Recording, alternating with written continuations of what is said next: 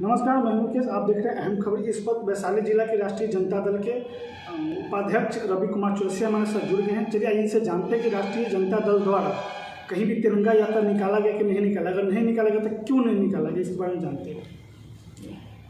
देखिए, तिरंगा यात्रा की जहाँ तक बात है, हमारे प्रदेश नेतृत्व या राष्ट्रीय नेतृत्व की तरफ से ऐसा कोई निर्देश नहीं मिला है कि तिरंगा यात्रा निकालना है।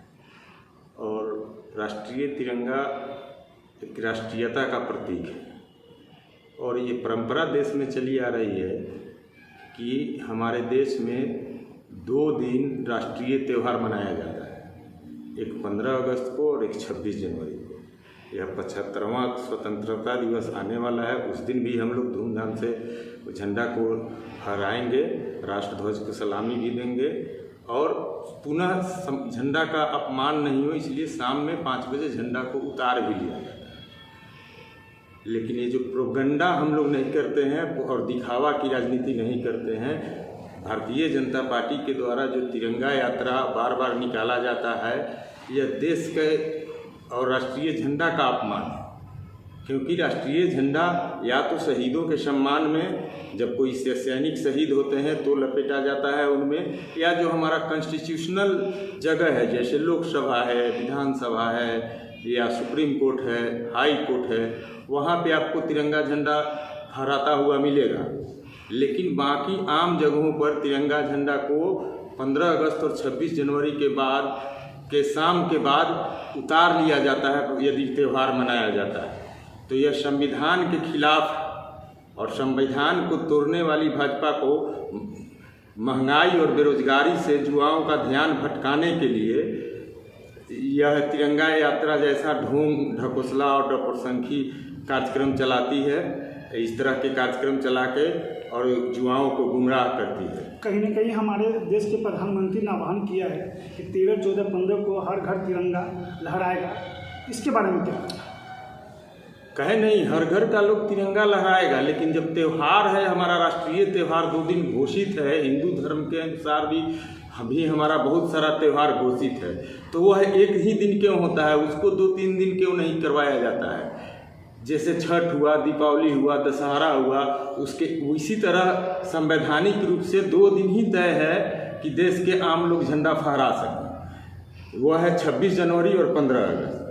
और 26 जनवरी और 15 अगस्त के बाद उस झंडा का उपयोग कॉन्स्टिट्यूशनल क्लब में होता है, और नहीं तो कोई हमारे देश के सैनिक शहीद होते हैं तो उनके सम्मान में लपेटा जाता है, या कोई देश का मंत्री, विधायक, सांसद शहीद होता है या उनकी मृत्यु हो जाती है तो उनके सम्मान में लगाया जाता है।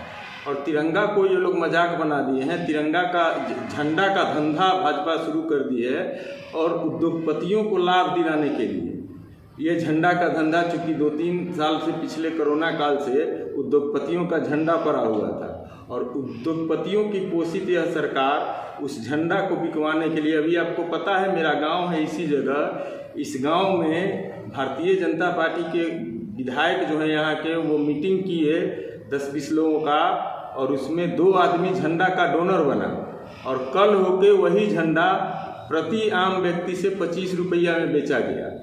केंद्र सरकार के कर्मचारियों से 38 रुपया 50 पैसा बिना पूछे हुए, बिना कहे हुए, सरकार द्वारा बिना उनकी सहमति के काट लिया गया झंडा के नाम पर। तिरंगा फहराना, और ऐसा कौन नहीं है जो देश का नागरिक है और 15 अगस्त और 26 जनवरी को बिना किसी के आह्वान पर भी झंडा फहराता है? क्योंकि हमारे देश की बात है, हमारे देश की सम्मान की बात है, तो लोग जो झंडा फहराते ही हैं, क्योंकि देश प्रेम वाली बात है। लेकिन कहीं ना कहीं ये 3 दिन वाली जो बात आती है, ये कहीं ना कहीं तो खटक रहा है। ये तरह आपने बताया, ये तो खटकेगा ही, चूँकि जो लोग संविधान को तोड़ने में विश्वास रखते हैं और संवैधानिक ढांचा और संघीय ढांचा पर हमला करने वाले लोग आज सरकार में बैठे हैं। ना उनको रोजगार से मतलब है, ना कमर तोड़ महंगाई से मतलब है। कितना लोग गैस खरीदना, जो उज्ज्वला योजना के तहत जो गैस इन्होंने बांटा, गैस का कनेक्शन LPG का, कितना लोग वो गैस सिलेंडर भराना छोड़ दिया। आटा का दाम आसमान छू रहा है, करू तेल, सरसों तेल इस सब पर खाद्य पदार्थ पर जीएसटी लगा दिया गया। जो आज से 6 महीना पहले 90 रुपये लीटर कड़ू तेल मिलता था वो 200 रुपये लीटर मिल रहा है। तो उस सब पर से ध्यान भटकाने के लिए युवाओं को नौकरी नहीं मिल रहा है, सारी सरकारी परिसंपत्तियां को बेची जा रही है या निजीकरण की जा रही है। अग्निपथ और अग्निवीर जैसे योजना को लाकर युवाओं के भविष्य को खतरा में डाला जा रहा है कि अब 4 साल के लिए ही नौकरी। अब कौन माँ बाप चाहेगा और बेटा चाहेगा कि मेरा बेटा 16 साल और 20 साल के उम्र में नौकरी करने जाए और 24 साल के उम्र में 4 साल में रिटायर करके आए। तो वो अपने उसको एक बार 28 लाख देने की बात कर देते हैं रिटायरमेंट में। आज के डेट में 28 लाख मिल जाएगा रिटायरमेंट में, तो क्या उनका जीवन चल जाएगा? उनका 5 धुर जमीन खरीद के मकान बन जाएगा कि वो अपने बाल बच्चा को अच्छा शिक्षा दे पाएंगे क्या? या वो अपने माता पिता, बूढ़े माता पिता का इलाज करा पाएंगे, उनकी देखभाल करेंगे?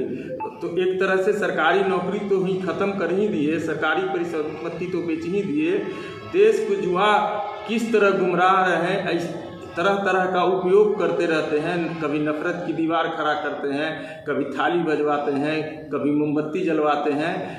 वो थर्मामीटर लगा के चेक करते हैं जनता में कि अभी भी हमारे, चूँकि संघीय ढांचा पर यही सब तो हमला है कि देश में जो काम होना चाहिए, जो विकास की राजनीति होनी चाहिए, जो विकास होना चाहिए, उस डेवलपमेंट से ध्यान हटाकर सरकारी संपत्ति को बेच रहे हैं। कांग्रेस पर आप आरोप लगाते हैं कि कुछ नहीं किए हैं। और जो चीज़ जब देश आज़ाद हुआ था तो देश में सुई का कारखाना नहीं था।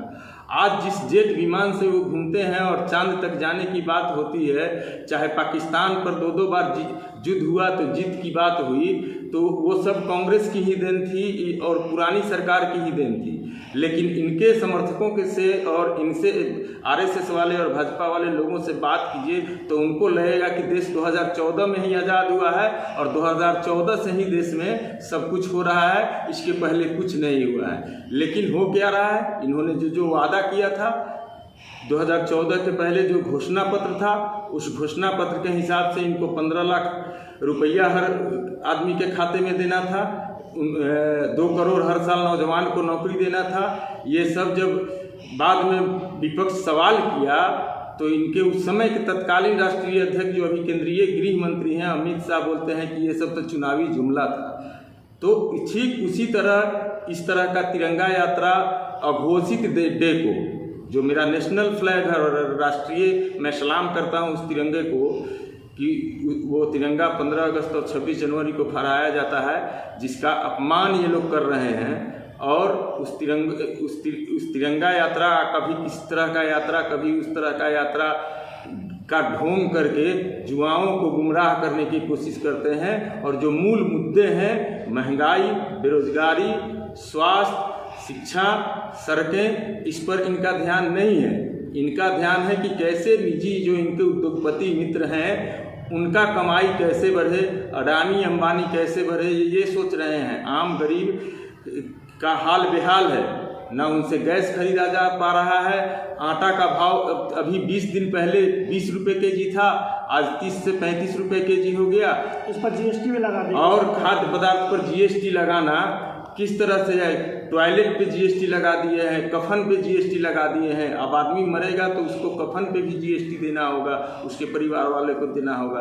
तो इस तरह का हिटलरशाही और अफसरशाही सरकार और का जो पराकाष्ठा पर है हिटलरशाही का, वैसे सरकार का पतन बिहार से शुरू हो चुका है और यह पूरे देश तक जाएगा। और हमको लगता है कि आने वाले 2024 में इन सारी चीज़ों का खामियाजा नरेंद्र मोदी और भारतीय जनता पार्टी को, सरकार को भुगतना पड़ेगा। और जिस तरह कांग्रेस का पतन हुआ था उससे भी बुरी स्थिति में भाजपा को जाना पड़ेगा, जो देश के साथ ये धोखा कर रहे हैं, नौजवानों के साथ धोखा कर रहे हैं। इसलिए इनको, आपको बहुत बहुत धन्यवाद इस इंटरव्यू के लिए।